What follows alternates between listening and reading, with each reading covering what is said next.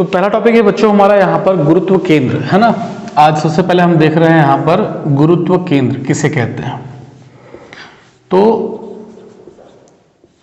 या हम कहें सेंटर ऑफ ग्रेविटी बोल सकते हैं आप, या आप बोल सकते हैं ग्रेविटेशनल सेंटर। ठीक है बच्चों, ग्रेविटेशनल सेंटर।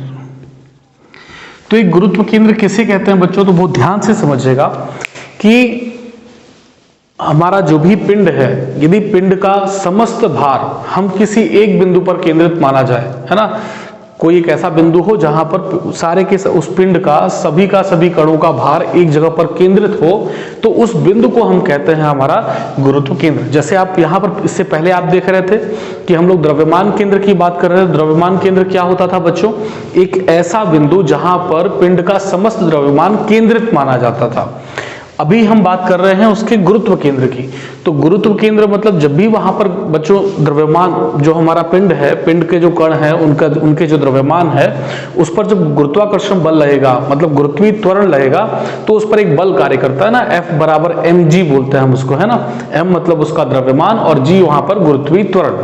तो ये जो बल उस पर लग रहा है ना, या हम कहें उसका भार, इसी बल को हम क्या बोलते हैं बच्चों, भार बोलते हैं। तो ऐसा कोई बिंदु जहां पर पिंड के समस्त भारों को केंद्रित माना जा सके, वह बिंदु हमारा गुरुत्व केंद्र कहलाता है। अब या फिर इसकी हम एक और परिभाषा दे सकते हैं। देखिए बच्चों ध्यान से समझिएगा आप कि गुरुत्व केंद्र क्या है, कि ऐसा बिंदु, एक ऐसा बिंदु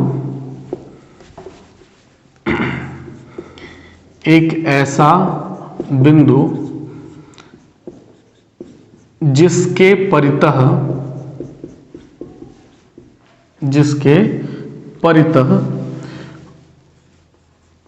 सभी कणों पर लगने वाले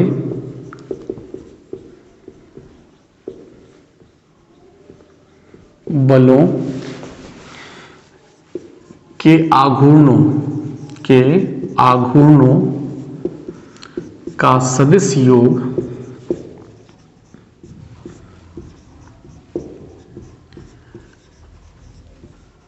शून्य होता है।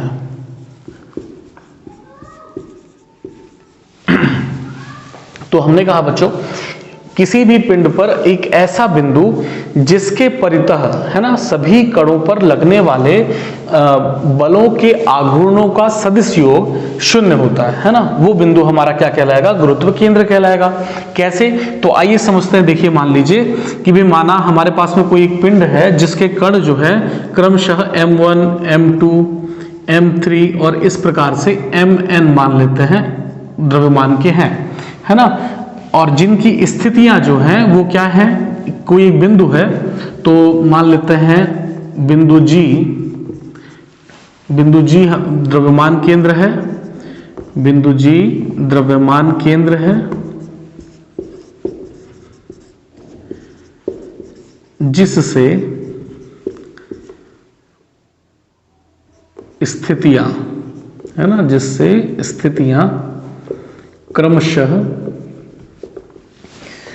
R1 R2 R3 up to Rn है। ठीक है, तो कणों के द्रव्यमान क्या है बच्चों, तो कणों के द्रव्यमान हमारे m1 m2 m3 ऐसे हैं, और एक कोई बिंदु G हमने लिया हुआ है जो हमारा द्रव्यमान केंद्र है, जिससे इन कणों की स्थितियां क्रमशः R1 R2 R3 हैं। तो यदि हम कहें कि m1 m2 m3 जो एक कण है, इन पर लगने वाला बल कितना होगा, तो देखिए ध्यान से देखिएगा बच्चों, कणों पर लगने वाला बल, कणों पर लगने वाला बल, तो बल का सूत्र क्या होता है बच्चों, द्रव्यमान गुणा त्वरण। तो यहां पर द्रव्यमान पहला कौन सा है, m1, और इस पर यहां पर त्वरण कौन सा लग रहा है बच्चों, गुरुत्वीय त्वरण लग रहा है, तो हम क्या कहेंगे m1g, इसी तरीके से m2g, इसी तरीके से m3g, और ये हमारे उस पर लगने वाले गुरुत्वीय बल होंगे। और तब तथा, है ना, इनके आघूर्ण आप कैसे दर्शाओगे, तो देखिए बच्चों आपको याद होगा कि जब हम आघूर्णों की बात करते हैं तो हम हमेशा उसकी स्थिति से उसका गुणा कर देते हैं। तो इनके आघूर्ण क्रमशः, तो जैसे देखिए ये बल है आपका, तो बल का हम उसकी स्थिति से गुणा कर देंगे। तो पहले वाले कण की स्थिति क्या है बच्चों आपकी, R1 है, तो M1G R फिर R1 है ना। इसी तरीके से M2G R2, M2G R3 और इस प्रकार से आपके इन सभी के आघूर्ण होंगे, है ना। कोई दिक्कत है बच्चों? तो हमने क्या बोला यहां पर कि इनके आघूर्णों का योग, देखिए क्या लिखा हुआ है, एक ऐसा बिंदु जिसके परितः सभी कणों पर लगने वाले बलों के आघूर्णों का सदिश योग क्या होता है, शून्य होता है। तो जरा इनको जोड़िए बच्चों। तो चूंकि बल, ये सभी बलों के आघूर्ण हम निकाल रहे हैं ना, तो इसलिए हम इसको क्या कहेंगे बच्चों, टाउ कहेंगे। और यदि सभी का आप योग कर रहे हैं तो आप यहां पर हाँ चलिए टाउ हम लिख लेते हैं, बराबर क्या हो जाएगा हमारा, M1G R1 plus M2G R2, है ना, प्लस इसी तरीके से हमारा ये बढ़ता जाएगा। और जब आप इसके योग को प्रदर्शित करते हैं, कैसे करते थे बच्चों, याद करिए जरा, हम लोग लिखते थे इस प्रकार से, सिग्मा, है ना। अब देखिए, आप देखिएगा यहां पर ये द्रव्यमान और स्थितियां, सिर्फ इन्हीं दो के मान यहां पर आगे बदल रहा है ना। जी तो आपका हर जगह पे एक ही है, तो यहां पर हमने लिखा MI RI, ठीक है, और इन 2 पे डाल दिया यहां पर G। क्लियर है इतनी बात बच्चों? तो ये हो गया आपका कुल उस पर लगने वाला बल आघूर्ण। और हमने क्या कहा कि बल आघूर्णों का सदिश योग शून्य होता है, तो मतलब ये हमने बराबर कर दिया किसके, 0 के। और जब ये 0 के बराबर हो गया, अब तो ये हमारा जी बिंदु क्या हो गया वहां पर, उसके लिए ये द्रव्यमान केंद्र हो गया। अब आप जरा देखिए, चूंकि जी जो होता है हमारा, यदि कोई भी छोटा पिंड है, छोटा पिंड कहने का मतलब कि जैसे फुटबॉल हो गया या कोई भी ऐसा छोटा पिंड, बड़े पिंड ना हो, आकार में बड़े ना हो। आकार में बहुत बड़े होने का मतलब जैसे हमारी पृथ्वी है, चंद्रमा है, क्योंकि जब ये बड़े पिंड होते हैं तो उनके हर एक जगहों पर गुरुत्वीय त्वरण का मान अलग अलग होता है। जैसे आप पृथ्वी पर ही समझते हैं गुरुत्वीय त्वरण का मान हमारे अक्षों पर अधिक होता है, यहाँ जहां पर अभी हम हैं यहाँ पर कम होता है, तो वहां पर गुरुत्वीय त्वरण के मान में डिफ्लेक्ट आता है। तो हम ऐसे छोटे पिंड ले रहे हैं जिसके सभी कणों पर लगभग गुरुत्वीय त्वरण का मान क्या हो, एक समान हो। तो हमने बोला यदि जी एक समान है, जी एक समान है, ठीक है बच्चों। तो यदि जी एक समान है तो हमने जी को गायब किया, क्या बच गया आपके पास में, देखिए सिग्मा ऑफ MI RI बराबर पे 0। और सेम टू सेम आपने ऐसा ही एक सूत्र देखा हुआ था किसके लिए, द्रव्यमान केंद्र के लिए देखा हुआ था, है ना बच्चों। तो बिल्कुल आपको ध्यान में रखना है कि यदि, अब यहीं से हम एक और निष्कर्ष निकाल सकते हैं कि यदि किसी भी पिंड के सभी कणों पर गुरुत्वीय त्वरण का मान एक समान होगा तो उसका गुरुत्वीय केंद्र और द्रव्यमान केंद्र दोनों एक दूसरे के संपाती होंगे, मतलब एक ही बिंदु पर होंगे, ठीक है बच्चों। तो आप समझ गए गुरुत्वीय केंद्र किसे कहते हैं। एक बार मैं फिर से बता रहा हूं बच्चों, ध्यान से समझिएगा कि गुरुत्वीय केंद्र एक ऐसा बिंदु होता है जिस पर किसी भी पिंड के समस्त भारों को केंद्रित माना जा सकता है।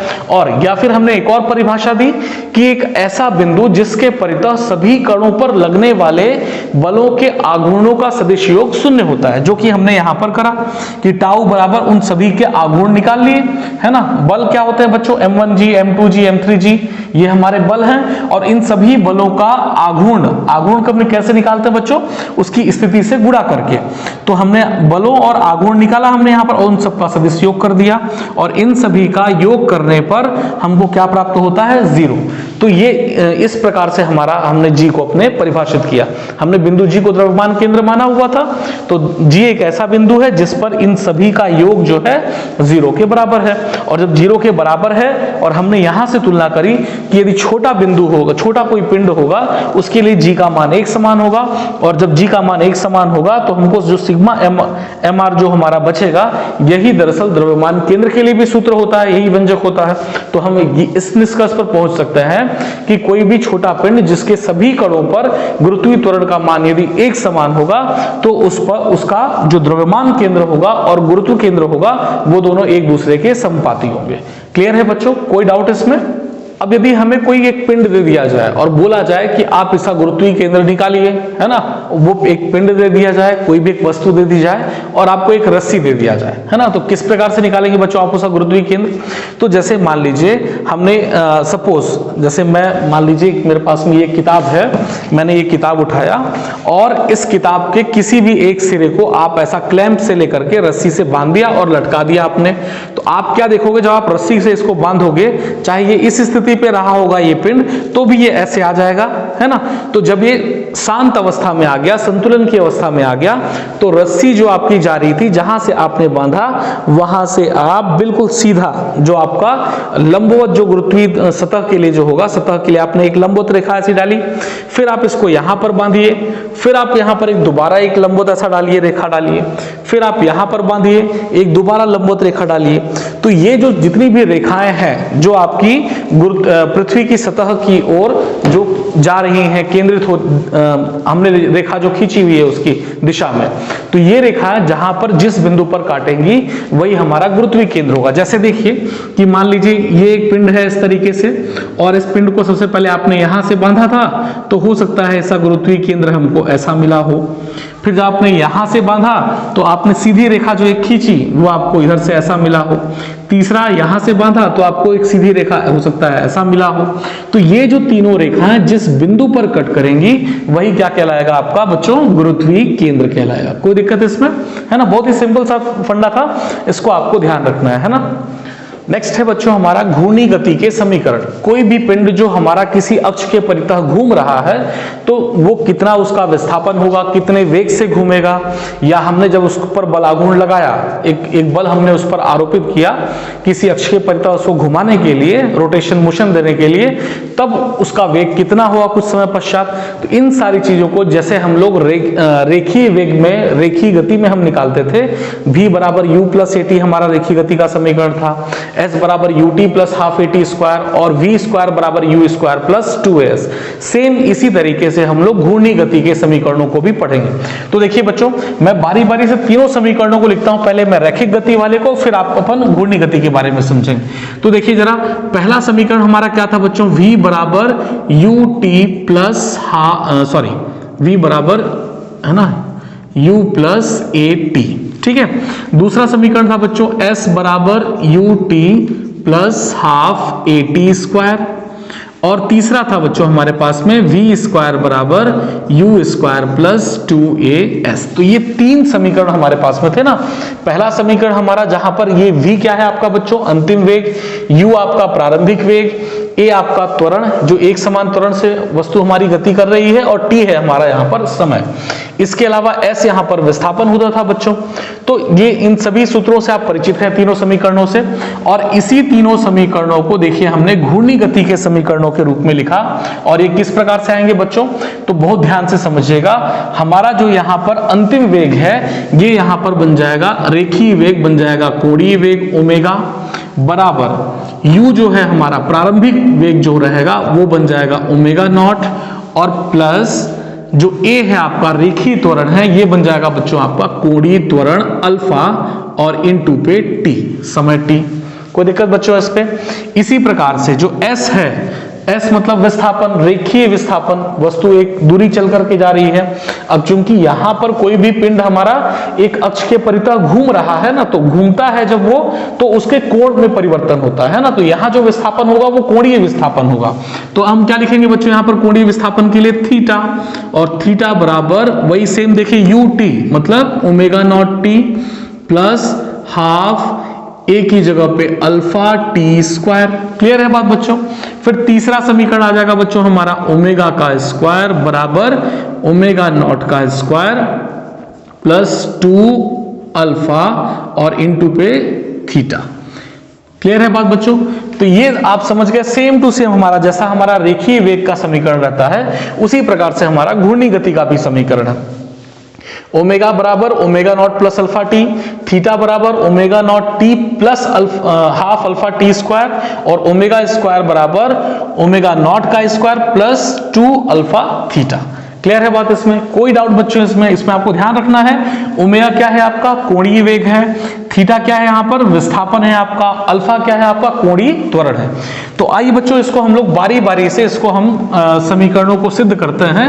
हम साधारण विधि से इन समीकरणों को सिद्ध करेंगे, बाकी फिर आप कैलकुलस मेथड से भी आप इसको सिद्ध कर सकते हैं, सेम टू सेम जैसा हमारा पहला वाला रहेगा। तो जैसे देखिए बच्चों, पहला वाला हमारा समीकरण क्या लिखा हुआ है, ओमेगा बराबर omega not plus alpha T. अब देखिए, माना आप क्या समझेंगे इसमें कि भाई मान लीजिए कोई एक पिंड है जो किसी अक्ष के परितः एक समान कोणीय त्वरण है ना, ध्यान से देखिएगा बच्चों, किससे गति कर रहा है, एक समान कोणीय त्वरण, एक समान कोणीय त्वरण अल्फा है ना, अल्फा से गति कर रहा है।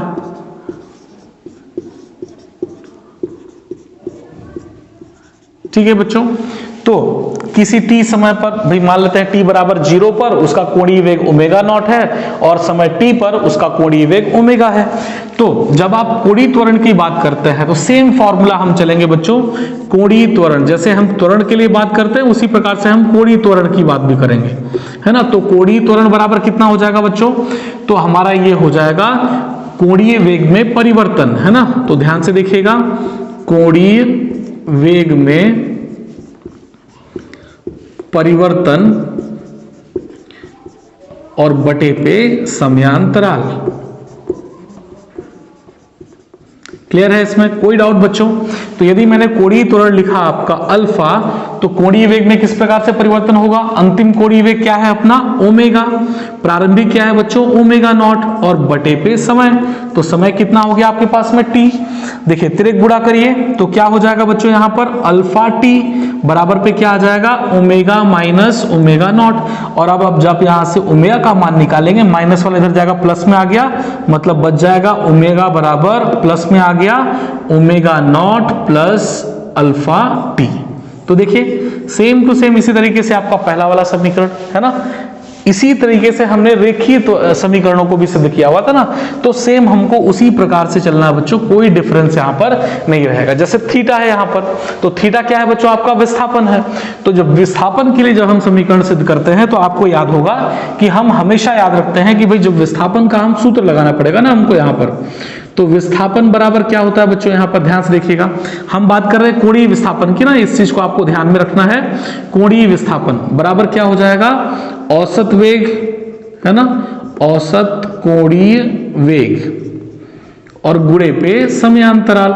चीजों को सिर्फ हमको क्या करना है, रेखीय वाले को कोण में बदल देना है ना। पहले हम रेखीय तुलना करते थे, अब हम कोणीय में चल रहे हैं। तो कोणीय विस्थापन मतलब किससे लिखेंगे हम बच्चों, हम थीटा, और औसत कोणीय वेग, कोणीय वेग कौन कौन से बच्चों हमारे पास में, ओमेगा नॉट, और प्रारंभिक वेग कोणीय वेग ओमेगा नॉट, अंतिम वेग ओमेगा।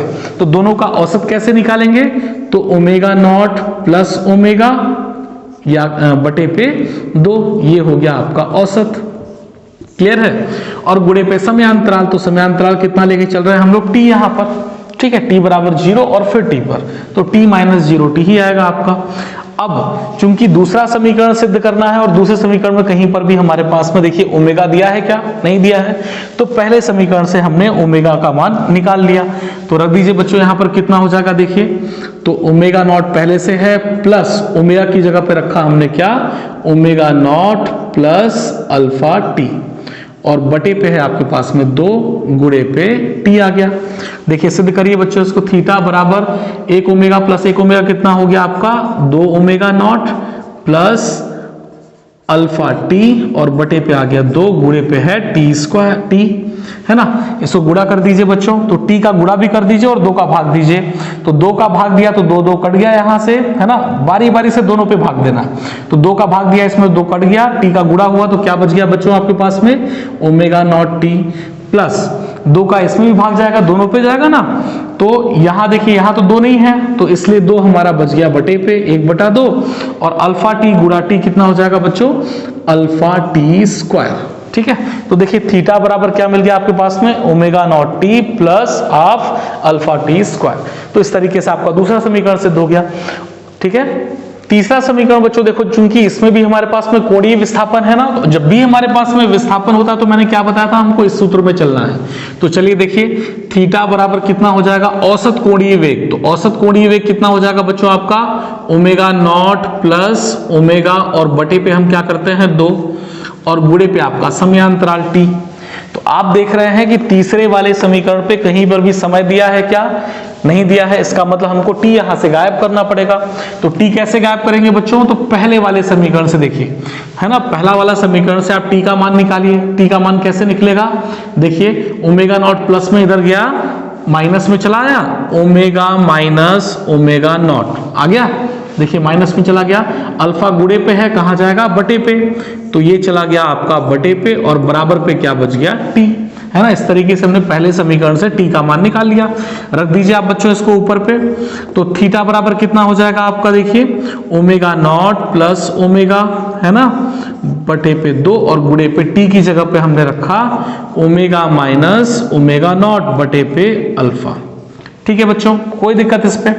चलिए देखिए, ओमेगा माइनस ओमेगा नॉट, और इसको हम कह सकते हैं ओमेगा प्लस ओमेगा नॉट, कोई दिक्कत नहीं है। a minus B, A plus B, formula दिखा आपको बच्चों।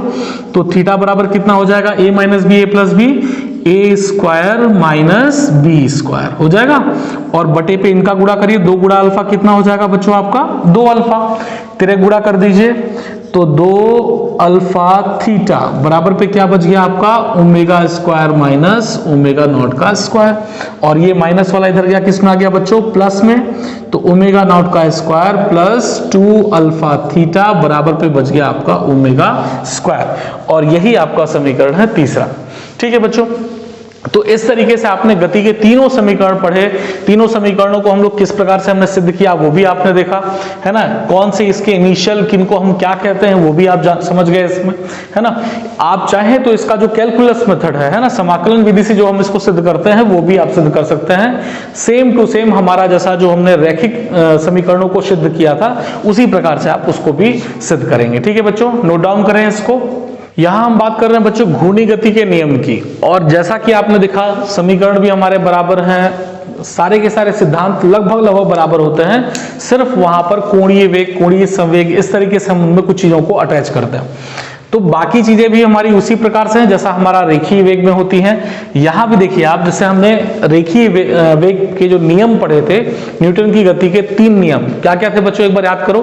कि पहला नियम था हमारा जड़त्व का नियम, कि भाई कोई भी वस्तु जो स्थिर है वो स्थिर रहेगी, गति में है गति में रहेगी, जब तक कि उस पर कोई बाह्य बल आरोपित न किया जाए। तो यहां जरा नजर घुमाइए पहले वाले नियम पे। घूर्णी गति का प्रथम नियम क्या कहता है, किसी अक्ष के परितः घूर्णी गति करने में समर्थ अथवा घूर्णी गति करने वाले पिंड की घूर्णी अवस्था में तब तक परिवर्तन नहीं हो सकता जब तक कि उस पर कोई बाह्य बलयुग्म या आघूर्ण न लगाया जाए। तो सेम टू सेम बच्चों वैसा ही है। दूसरा नियम क्या था हमारा न्यूटन की गति वाला, याद करिए कि लगाया गया बल उसके संवेग में परिवर्तन, कोई किसी भी वस्तु के संवेग में परिवर्तन की दर के अनुक्रमानुपाती होती है या बराबर होता है। यहां देखिए, किसी अक्ष के परितः कोणीय संवेग में परिवर्तन की दर, वहां रेखीय संवेग था, यहां कोणीय संवेग आ गया, कोणीय संवेग में परिवर्तन की दर लगाए गए बल आघूर्ण के बराबर होती है। क्लियर है। तीसरा क्या था बच्चों वहां पर हमारा न्यूटन वाला, प्रत्येक क्रिया के बराबर और विपरीत प्रतिक्रिया होती है। यहां देखिए तीसरा, सदैव बलयुग्म के बराबर तथा विपरीत बलयुग्म कार्य करता है ना। कोई भी बलयुग्म जो कार्य कर रहा हो किसी घूर्णी अक्ष के लिए, तो वहां पर जो बलयुग्म कार्य करेगा उसके बराबर और विपरीत बलयुग्म एक और कार्य करेगा। क्लियर है। तो फिर से एक बार रिवाइज कर लीजिए। देखिए घूर्णी गति के नियम क्या कहता है, पहला, किसी अक्ष के परितः घूर्णी गति करने में समर्थ अथवा घूर्णी गति करने वाले पिंड की घूर्णी अवस्था में तब तक परिवर्तन नहीं हो सकता जब तक कि उस पर कोई बाह्य बल या बलयुग्म या आघूर्ण न लगाया जाए। क्लियर है बात बच्चों। दूसरा नियम क्या कहता है हमारा, किसी अक्ष के परितः कोणीय संवेग में परिवर्तन की दर लगाए गए बल आघूर्ण के बराबर होती है। क्लियर है इतनी बात। तीसरा कहता है बच्चों कि सदैव बल युग्म के बराबर तथा विपरीत बल युग्म कार्य करता है। क्लियर है। तो ये हमारे 3 नियम है घूर्णी गति के नियम, जिनको आपको इसमें ध्यान रखना है। ठीक है, नोट डाउन करें इसको।